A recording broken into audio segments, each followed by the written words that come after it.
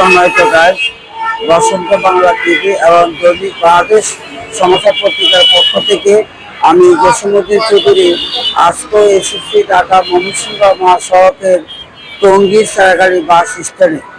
আপনাদেরকে যদি পূর্বে নিয়ে আজকে এই ময়মনসিংহ মহাসড়কের যানজটের দৃশ্যটা দেখাতে চাই, আপনারা দেখবেন আমরা সকাল থেকে দেখে আসছি এই টঙ্গী সারাগাড়ি শুধু নয়, অর্থাৎ স্টেশন রোড থেকে বিশেষ করে সারাগাড়ি থেকে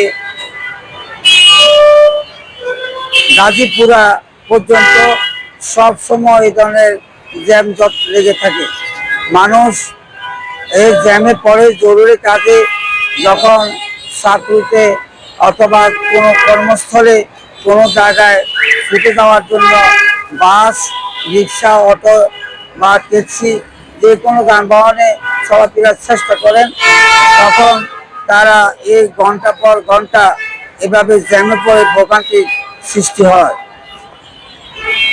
সাধারণ পাবলিক মনে করেন যে প্রশাসন এবং গাড়ি, অদক্ষ ড্রাইভার এবং অটোরিক্সা যদি না থাকে, এই ধরনের কার্যকলাপ নিশ্চয়ই স্বাভাবিকভাবে রোড পরিচালনা করতে সহায়তা করবে। সাধারণ পাবলিক মনে করেন যে আমাদের দেশে যে পরিমাণ গাড়ি উৎপাদন হচ্ছে, সে পরিমাণ নষ্ট গাড়ি, ফিটনেসবিহীন গাড়ি বাতিল করা হচ্ছে না। আমরা কয়েকদিন পূর্বে ফিটনেসবিহীন গাড়ি কেন বাতিল করা হচ্ছে না এই প্রশাসনের দ্বার প্রান্তে দিয়েছিলাম। প্রশাসন আমাদেরকে জানিয়েছিলেন তারা নিয়মিত ফিটনেসবিহীন গাড়ি, অদক্ষ ড্রাইভার, লাইসেন্সবিহীন গাড়ি এবং লাইসেন্সবিহীন ড্রাইভার যে তাদের যে রুটিন মোতাবেক যে পরিচালনা তারা প্রতিদিনই তা করে থাকেন। কিন্তু আমরা যদি আপনাদেরকে এই প্রতি নিত্যদিনের শেষে যানজট দেখাতে যাই, তাহলে আপনারা দেখে থাকবেন ঢাকা ময়মনসিংহ মহাসড়কে এভাবে দিনের পর দিন, রাতের পর রাত জ্যাম লেগেই থাকে। সাধারণ মানুষ এই জ্যামে পড়ে বিভিন্ন সময় বিভিন্ন কায়দায় তারা ভোগান্তির সৃষ্টি হন। আমরা পূর্বেও কয়েকটি লাইভে আপনাদেরকে জানানোর জন্য চেষ্টা করেছিলাম, এই যানজট এমনভাবে প্রকটিত হচ্ছে যেখানে মানুষ প্রত্যাশা করেন যে সামনের দিনগুলো হয়তো বা ভালো হবে, কিন্তু মানুষের প্রত্যাশিত মনোভাব, মানুষের ভুল।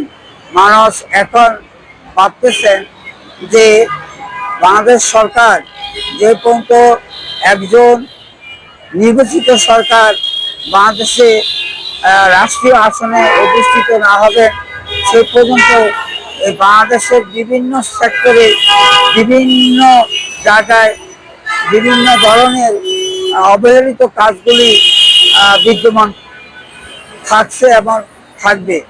সাধারণ মানুষ প্রত্যাশা করেন বাংলাদেশ বর্তমান রাষ্ট্রপ্রধান জনাব ডক্টর মোহাম্মদ ইউনূস সাহেবের নিকট প্রত্যাশা করেন ওনার ভাষ্য অনুপাতে, তারিখ অনুপাতে তিনি নির্বাচনকে প্রতিষ্ঠিত করার চেষ্টা করবেন, যাতে মানুষ তাদের ন্যায্য অধিকার, মৌলিক অধিকার, ন্যায্য অধিকার প্রয়োগ করে একজন তাদের পরিচিত এবং সুদক্ষ, শিক্ষিত এবং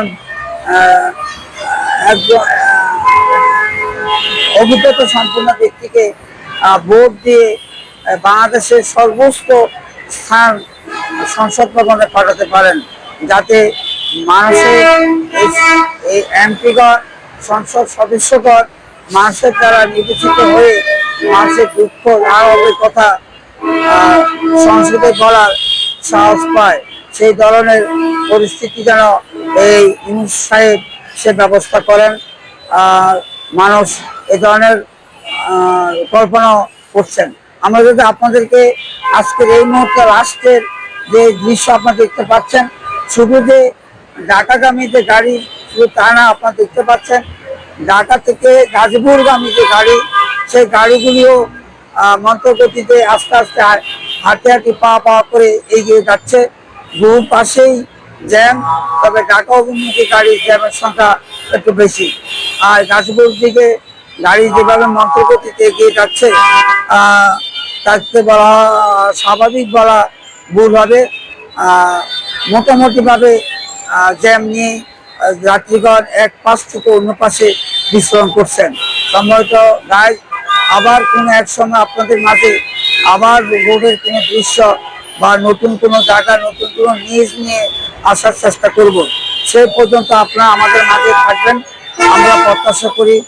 আর যে দূর দূরান্ত থেকে যারা আজকে আমার এই নিউজটি দেখতে পাচ্ছেন, আপনারা নিজে লাইক করবেন এবং অপরকে দেখার জন্য শেয়ারের মাধ্যমে সাহায্য করবেন। বসন্ত বাংলা টিভি এবং দৈনিক বাংলাদেশ সংবাদ পত্রিকার পক্ষ থেকে আমি জসিমউদ্দিন চৌধুরী, টঙ্গী সেরাকালী বাস স্ট্যান্ড, ময়মনসিংহ মহাসড়ক, টঙ্গী, গাজীপুর।